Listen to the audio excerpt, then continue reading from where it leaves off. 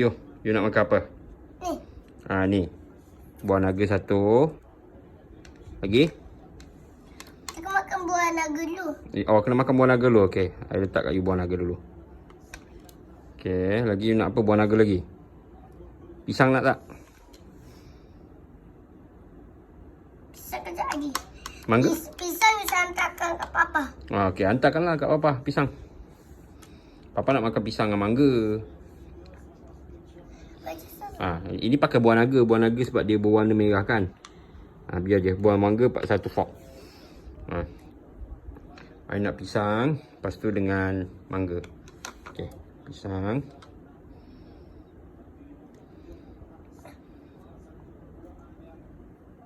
Satu je. Okey, pisang. Lagi nak mangga. Boleh? Okey. Okay, jom makan. Jom. Baca doa. Bismillahirrahmanirrahim. Allahumma baikkan nasi makan sekarang beri jazakallah amin. Oh Allah.